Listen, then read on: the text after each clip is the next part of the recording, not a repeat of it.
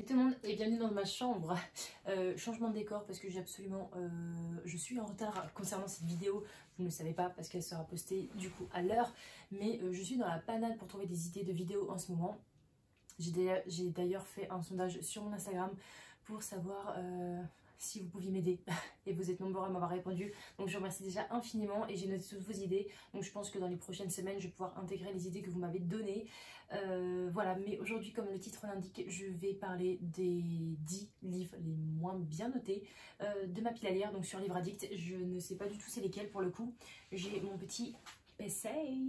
Et je vais regarder ça avec vous en même temps que vous. Donc je vais déjà me connecter sur Livre Addict et ce sera déjà bien. Livre Addict, qu'avons-nous? Je vais sur mon profil. Sur une pile à lire de 357 livres. On est plutôt conséquent. Ok. Donc là je vais faire les livres les moins bien notés. Après si l'idée vous plaît, je peux également la faire avec les livres les mieux notés de ma palle. Mais c'est vrai qu'il n'y aura pas trop de... je pense qu'il n'y aura pas trop de suspense quoi. Enfin déjà j'ai tous les Harry Potter qui m'attendent dans ma pile à lire. Donc forcément eux ils seront déjà au-dessus. Parce qu'ils sont super bien notés pour le coup. Donc voilà. Mais voilà c'est parti. Oh my god. Ok donc on a dit 10. Le premier du coup c'est La sorcière oubliée de Melvin Burgess. C'est sorti chez Gallimard Jeunesse. Franchement ça me tentait énormément parce qu'on parle de sorcière. On va parler du résumé.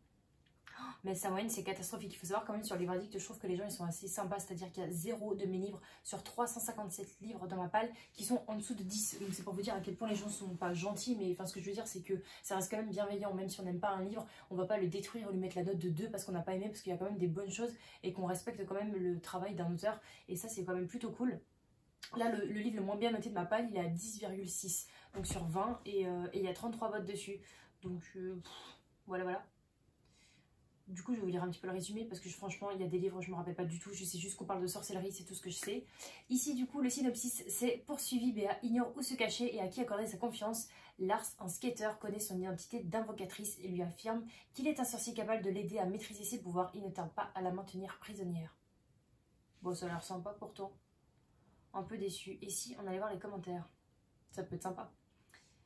Alors, une lecture que je ne recommande pas du tout pour les différentes raisons données dans ma chronique. Je ne vais pas aller voir les chroniques de tout le monde. L'idée de base n'est pas mauvaise, mais ça s'arrête là. L'histoire est incroyablement lente, on ne s'attache pas au personnage et la narration est très étrange, voire dérangeante. Ok.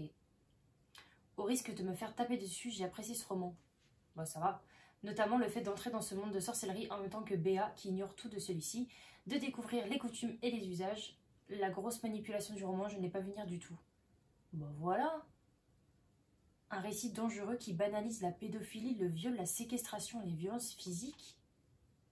Et j'en passe. C'est quoi ce roman de ouf?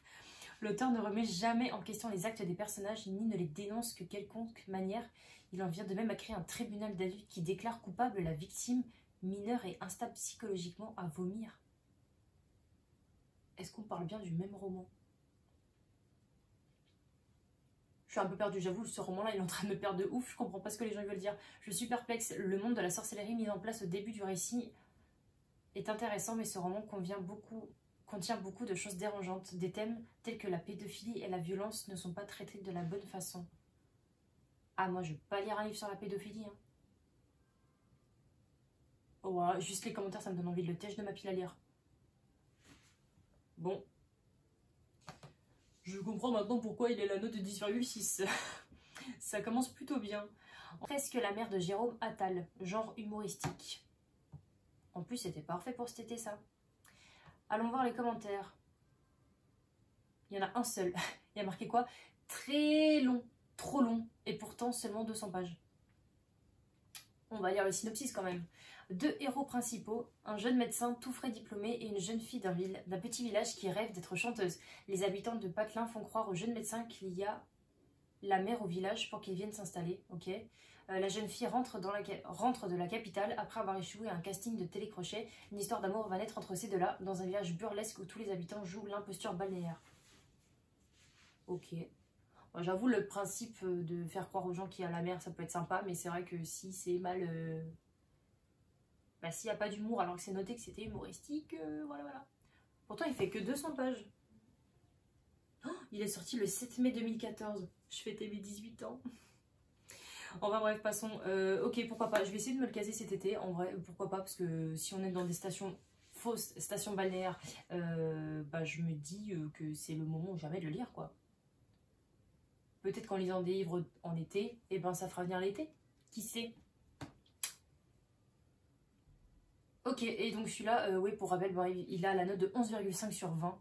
Et il a que 11 votes, donc il n'a pas énormément eu de lecture, mais bon, ma foi. On va parler du troisième roman. Il s'agit de Partie en fumée de John Mars. Et là, on est sur un thriller, il me semble. Ouais.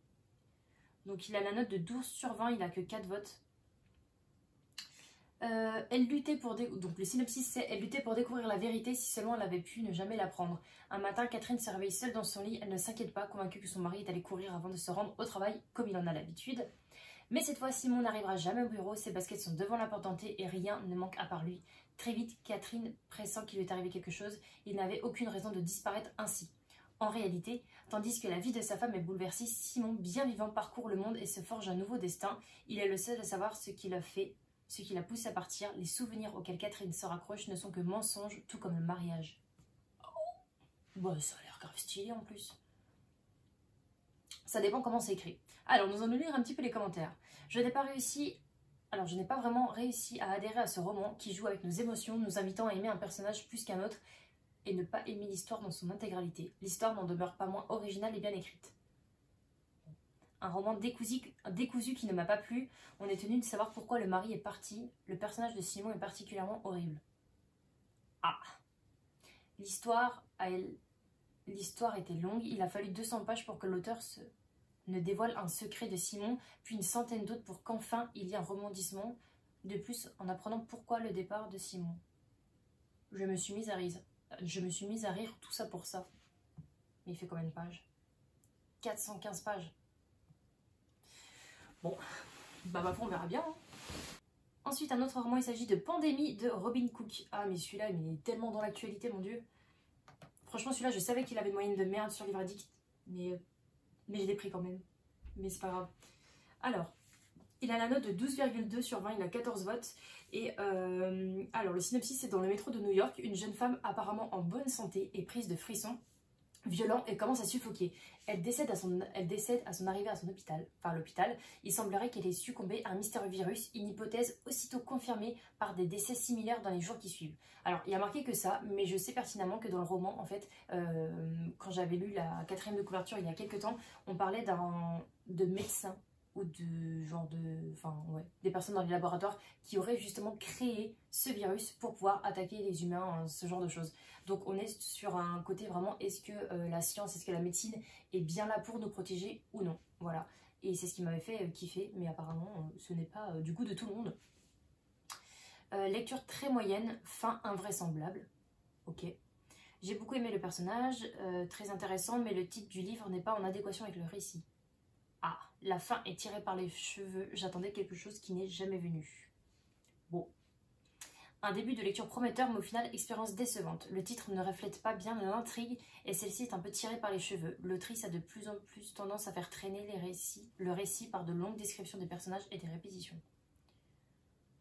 Bon, bah écoutez, on verra ce que ça donne du coup. Et c'est parti pour le show, et c'est parti le study show. Ensuite, c'est un roman qu'on m'a donné il n'y a pas très longtemps. Il s'agit de Le silence des loups de Eric Robin. C'est du fantastique ça? Why not? Il a la moyenne de 12,2 sur 20. Pour le petit synopsis, nous suivons un jeune lieutenant qui est en vacances à Chamonix. Mathieu Guillaume se retrouve malgré lui mêlé à une sombre affaire. 3 meurtres ont été commis dans une ferme et l'un des cadavres, un vieillard portant un tatouage des camps de concentration, est retrouvé la langue tranchée. Au même moment, à Modane, Daniel quinquagénaire, qui s'est toujours cru orphelin, est convoqué chez un notaire. Celui-ci apprend l'existence d'un frère jumeau. Épaulé par sa petite amie Hélène, il part en quête de ses origines. Le voilà pris dans un engrenage aussi dangereux qu'irremplaçable. Son chemin croise bientôt celui de Mathieu. Meurtre, complot, course effrénée contre la mort. La vérité a toujours un prix. Ok, ma foi on verra bien, mais ouais, c'est vrai que sa moyenne de 12,2 me freine un petit peu. Nous allons voir maintenant les commentaires. Ce livre m'a fait totalement rire par ses loupés d'écriture. Ah, un peu trop de passages m'a tourné, ok.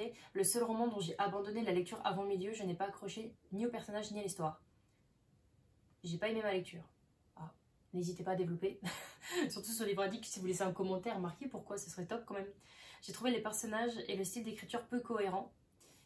Et suis souvent sortie de ma lecture, je n'ai pas été happée dans l'histoire, comme le résumé, nanana. Cependant, l'intrigue est très intéressante et les lieux décrits très réalistes, ce qui réussit à garder ma concentration jusqu'à la fin du récit. Ok. C'est comme si ce manuscrit avait été publié tel quel, les débuts sont maladroits, puis l'écriture s'affirme avec les pages, une intrigue intéressante avec des personnages attachants. Ok, manque de cohérence dans le déroulement de l'intrigue. J'ai dû me forcer pour aller jusqu'au bout et j'ai bien regretté en découvrant la chute. Tout ça pour ça. Oh bah dis donc, c'est pas la première fois que je lis tout ça pour ça dans mes romans. Ouais, bah c'est pas fameux hein. En même temps, je savais que dans cette vidéo, on allait parler des livres et tout qui n'étaient pas vraiment bien notés. Alors c'est vrai que je me dirige vers des livres qui sont mal notés, mais pour le coup, je lis certains avis, mais je ne prends pas en compte tous les avis, c'est-à-dire que j'aime me faire mon propre avis. Donc c'est vrai que même s'il y a un livre qui va avoir la note de 2 sur 20, genre je vais me dire, pourquoi il a 2 sur 20 et ça va m'intriguer et je vais y aller, très clairement. Mais c'est pas grave. Alors, il s'agit de Tout près d'ici, donc un livre qui est sorti il n'y a pas très longtemps en plus, de Katrina Lenno. Et nous sommes ici dans un jeunesse drame. Il a la note de 12,2 sur 20. C'est sorti en plus chez Hugo. Donc, ok, why not. 31 votes. Ok, je vais vous lire le synopsis du coup. Imaginez l'endroit rêvé, la famille idéale et la revanche parfaite. J'ai beau penser au nombre de fois où une fille doit dire non avant d'être écoutée. Ok, donc c'est entre des guillemets ça. MacPie se souvient de... C'est chelou comme prénom. MacPie se souvient du jour où elle a écrit les premières lignes de son journal. C'était le jour où sa sœur a quitté la ville, le jour où elle a surpris son père au lit avec sa tante, le jour où sa mère est tombée dans une spirale infernale d'autodestruction, le jour de la soirée chez Brandon. Depuis, au lycée, MacPie a hérité de ce surnom de salope. Très classe. Sa meilleure amie ne lui adresse plus la parole et elle passe ses pauses déjeuner à la table des rejetés du lycée en silence. Alors pour sortir un peu de cet enfer du quotidien, elle invente dans son journal un mystérieux endroit appelé Tout près d'ici. Tout près est une contrée parfaite. Son père n'y trompe personne, sa mère n'a jamais bu une goutte d'alcool et les soirées ne dérapent pas. Elle s'y sent tellement bien qu'elle pourrait presque toucher tout près d'ici, qu'elle pourrait presque toucher, entre guillemets, tout près du doigt. La porte d'entrée semble là, à quelques pas, juste dans la cour de sa maison. Serait-ce l'endroit rêvé pour enfin prendre sa revanche? Pourtant, le livre, il a l'air très touchant, très profond et tout, donc je ne vois pas pourquoi pour l'instant ça s'annonce mauvais, mais on va lire les commentaires. Je n'ai rien compris. Ah, premier commentaire, j'ai rien compris, super. Cette lecture ne ressemble à aucune autre. Il s'agit d'un roman singulier, sombre et déstabilisant qui aborde des thèmes nécessaires contre le harcèlement, le consentement ou l'abandon. Une accumulation d'événements a eu un effet dévastateur sur notre jeune héroïne et l'auteur fait entrer le fantastique pour l'aider à prendre une sorte de revanche. Le résultat est fort et inquiétant. Bah du coup, je sais pas comment le prendre. Je sais pas dire si son commentaire était positif, négatif, mitigé, je sais pas trop. Bref.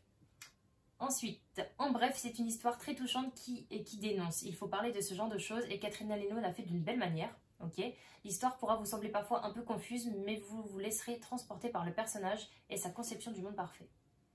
Why not? Ce roman est aussi étrange que sa couverture le laisse penser. Un mélange de sujets lourds, difficiles à aborder, mais que l'auteur effectue avec brio en apportant une touche de fantastique au récit que j'ai adoré. Un livre qui dérange et qui bouscule et je suis ravie d'avoir pu découvrir malgré ces quelques bémols. Je ne sais pas vraiment quoi penser de cette lecture. L'univers de MacPie est vraiment très complexe pour moi en tout cas. C'est un personnage complexe et la fin est devenue beaucoup trop floue pour moi. Je me suis souvent perdue dans l'univers. Un livre vraiment pas pour moi. L'héroïne est très bizarre et pas du tout attachante. Le fait de narrer à la troisième personne renforce ce sentiment d'éloignement avec le personnage. Lecture abandonnée. Bon alors, il faut pas abandonner un si bon chemin. Je vais boire un petit peu de coca. Et ensuite, nous avons Mr. Popular and I. C'est une romance qui est écrite par A. Indy. Il a la note de 12,4 sur 20 avec à peu près 100 votes. Donc, le synopsis. Il existe des personnages qui semblent dotés d'une chance innée, à qui la vie sourit en permanence et dont chaque entreprise est couronnée de succès. Clairement, Leah Wilson ne fait pas partie de cette catégorie. Voir sa maison s'effondrer à cause d'une invasion de termites passe encore, mais se retrouver hébergé par le père de River, le garçon le plus populaire du lycée, aussi craquant qu'insupportable, vous en conviendrez, c'est le summum de la poisse. Il existe des personnes faites pour s'entendre, quel que soit le lieu et le moment. Clairement, Léa et River n'entrent pas dans cette catégorie. Bon, une petite romance qui a l'air... Bon, bah c'est un genre de enemies to lovers, quoi. Un petit truc comme ça. On va lire les commentaires, ça peut être sympa. Je me suis arrêtée au tiers du roman car c'est juste pas possible. Je trouve que les dialogues ne sont pas fluides et les personnages creux. J'ai l'impression de lire une suite de clichés sans lien entre eux. Là-dessus, on est sur des romances, donc c'est normal. J'ai été énormément déçue par cette histoire. Je m'attendais à autre chose. Quand j'ai lu le résumé, je ne m'attendais pas à un livre aussi cliché que celui-ci. En plus, c'est une histoire qu'on a déjà lue plusieurs fois. Il y a des passages qui sont assez clichés. Malheureusement, ça a été une très grosse déception. Ouais. En fait, j'ai l'impression que dans les romances, des fois, le X, c'est que ça devient cliché parce que ben, c'est une romance. C'est dur de faire d'une romance quelque chose de très spécial et tout. Enfin, d'original, on va dire. Donc, je peux comprendre que ça passe pas, surtout si vous êtes vraiment en mode je lis énormément de romances. Mais bon. Ah, on a quand même un avis positif. Un livre simple et sans prise de tête. Une belle histoire d'amour. J'ai aimé lire ce livre. Bon, ça va. Bon, je vais m'arrêter là parce que franchement, tous les commentaires négatifs qu'il y a, franchement, la plupart des commentaires, c'est juste sur le fait que ce soit assez cliché comme romance. Ensuite, on passe à un autre roman qui s'appelle Shamanka, La magie est partout de Jane Willis. Alors ça, c'est un roman que je n'ai jamais vu passer nulle part. Je suis tombée dessus sur J.P. Joseph et je me suis dit, mais vas-y, il faut que je le tente parce que la couverture me tentait des masses. Ici. Alors, donc c'est un truc un peu d'aventure jeunesse. Donc, puisque tu aimes tant les questions, tu vas devoir te lancer dans une quête, annonce le sorcier. Ce carnet comporte la liste des personnages très importants qu'il te faut rencontrer. Certains sont des savants, des scientifiques ou encore des magiciens, mais aucun n'est ce qu'il paraît. Interroge-les comme tu l'entends, mais assure-toi d'obtenir les réponses à ces 3 questions. Qu'est-ce que la magie? Qu'est-ce que l'illusion? Et qu'est-ce que la réalité? Muni du carnet de son grand-père, Sam Khan se lance à la recherche de personnages de la liste, un extraordinaire voyage aux 4 coins du monde qui lui permettra de résoudre les mystères de ses origines. En fait, je l'ai pris parce que, alors j'ai vu sur les verdicts qu'il avait une moyenne un peu naze, mais je l'ai pris parce que déjà on parle de genre de... Déjà on parle de magie, réalité, ce genre de choses, et en plus de ça on parle de genre de road trip aux 4 coins du monde, et ça me tentait énormément. Franchement, j'aime trop ça. On va lire les 2 commentaires. Il n'y en a pas des masses. Un livre dont je ne sais que penser, intéressant dans sa réflexion sur la magie et les formes de croyances, mais inégal dans son écriture et peut-être trop simpliste. J'ai du mal à parler. Et peut-être trop simpliste parfois, une belle aventure tout de même. Et un autre commentaire, c'est un style très simple faisant penser à un roman jeunesse, mais l'histoire est fluide et se lit rapidement. Ok, bah déjà il y a 10 votes, il n'y a que 2 commentaires et la moyenne elle est de 12, donc bon, ok. Bah je peux pas vous en dire plus moi non plus. Je vais essayer de le lire et vous en faire un petit avis un peu plus développé. L'avant-dernier roman, il s'agit de Rituel macabre de Pascal-Marie Kiviger. Je sais pas comment ça se prononce. Le synopsis s'étend, Zia Diaz, archéologue française, est plus qu'heureuse de revenir au Mexique pour y reprendre des fouilles sur le site de Xochitl, je ne sais pas comment ça se prononce, majestueux mais relativement confidentiel. Au pied de la grande pyramide, c'est par un ami de la police locale, Pablo Rivera, qu'elle est accueillie. Une jeune fille a été retrouvée morte, atrocement mutilée, on lui aurait arraché le cœur de son vivant. Selon un rite maya, la police ne tarde pas à découvrir que la victime n'a peut-être pas été choisie par hasard. Lucia Morales est la fille du sénateur favori de la prochaine élection présidentielle. Ambition politique ou fanatisme religieux, quel funeste dessein ont conduit à la mort d'une innocente. Et du coup, il a une moyenne de 12,8 sur 20 avec seulement 5 votes. Et je vais lire du coup les commentaires. Le gros problème que j'ai eu avec ce livre, c'est que je n'ai pas pu m'attacher à aucun personnage parce qu'ils sont tous trop humains. Ok. Des remarques sexistes ou grossophobes tout le long du bouquin. Certes, ça rend les personnages plus réalistes, mais ça n'empêche pas que ça a été dur de continuer après chaque remarque désobligeante. De plus, j'étais là surtout pour le côté Maya qui est infime. Oh non! J'avoue, j'ai pris ce roman juste parce qu'il y a le côté Maya aussi. L'histoire est menée de A à Z avec brio, le sujet est maîtrisé avec beaucoup de passion qui se ressent à travers les pages de ce roman. Notre attention est retenue avec suspense tant sur le plan de l'enquête que sur la relation entre les personnages. Ok, bah pour le coup, on a vraiment 2 avis genre bien distincts, donc ce sera à moi de faire mon avis pour le coup. Et enfin, eh bien, le dernier roman, qui étant Pas de berceuse pour Fanny, qui est un thriller également. Ah, mais c'est une longue saga en fait, genre... Ah, c'est une saga de 9 tomes, je savais même pas. Bon, bah par chance, j'ai le premier. Donc ici, c'est écrit par Sophie Anna et il a la note de 13,1 sur 20, donc on augmente quand même en mine de rien. Et du coup, le synopsis... Ah oui, c'est vrai. Le synopsis étant, elle s'est absentée pour 2 heures seulement. David, son mari, était censé surveiller leur petite fille âgée de 2 semaines. Mais quand Alice entre dans la chambre du bébé, le cauchemar commence. Car Alice en est certaine, le nourrisson qui dort dans le berceau n'est pas sa petite fille. C'est un bébé inconnu. Son mari refuse de la croire et devient de plus en plus agressif. Il jure qu'elle est folle ou qu'elle ment. Alice doit à tout prix convaincre la police qu'elle dit vrai, sinon il sera trop tard. J'avoue que ça avait l'air stylé quand j'ai lu le résumé du roman. Je crois que c'était une dame qui me l'avait donné dans mon ancien boulot. En fait, je vendais des box de stockage et genre les gens ils venaient ramener leurs affaires et elle avait genre son coffre rempli de bouquins, mais vraiment rempli de bouquins. Elle me dit « Oh mais Caroline et tout, je sais que tu lis... Elle m'a amené à sa voiture, elle m'a dit bah tu choisis ce que tu veux. Et genre je suis venue quand je vous mens pas avec des sacs de courses chez moi. Mon copain il m'a regardé en mode mais t'en as pas assez. Et j'étais là en mode mais c'est gratuit, on me les a donnés. Et bon bref, je sais qu'il y avait énormément de romans de thriller et de François Loisir et celui-là m'avait particulièrement hypé. Donc on va lire les commentaires parce que je parle un peu trop. Alors, premier commentaire, très bon roman, quelques longueurs qui n'ont rien de désagréable, personnage attachant, fascinant, fin croustillante, je le conseille, ok. Un livre qui ne me marquera pas, des longueurs mais un déroulement psychologique intéressant. On est sur un truc mitigé mais ça passe. Au final, Pas de berceuse pour famille est une bonne surprise. Il s'agit d'un thriller psychologique sombre et parfois assez dur, mais qui se raccroche à une intrigue bien menée et des personnages solides pour accrocher leurs lecteurs et les tenir en haleine jusqu'au bout. Ok. Bah, je trouve que les commentaires ils sont pas super désagréables encore. Enfin, après, il y a beaucoup de personnes sur Livraddict qui ne marquent pas de commentaires, donc c'est vrai qu'on ne peut pas savoir vraiment pourquoi ils n'ont pas aimé ou pas. Mais c'est vrai que pour le coup, quand je vois les avis et quand je vois la moyenne, je me dis que c'est pas vraiment, c'est pas équitable. Donc, mon avis, j'espère, sera positif en tout cas, parce que c'est vrai que les thrillers, j'aime beaucoup ça. Et surtout quand il y a des enfants qui disparaissent ou ce genre de choses, my god, j'aime trop ça. Donc je suis chelou, mais c'est pas grave. Voilà, et du coup, cette vidéo est maintenant terminée. J'espère que le principe vous aura plu. C'est vrai que je suis désolée, j'ai pas trop d'idées en ce moment de vidéo, mais j'essaye de trouver des trucs un petit peu plus originaux. Je prévois de faire un bookshelf tour, vous êtes très nombreux à me le demander. Promis, sera fait courant août normalement, donc soyez un petit peu patients. Et voilà, sur ce, je vous souhaite de passer un très bon week-end. On se dit à la semaine prochaine et prenez soin de vous. Ciao ciao.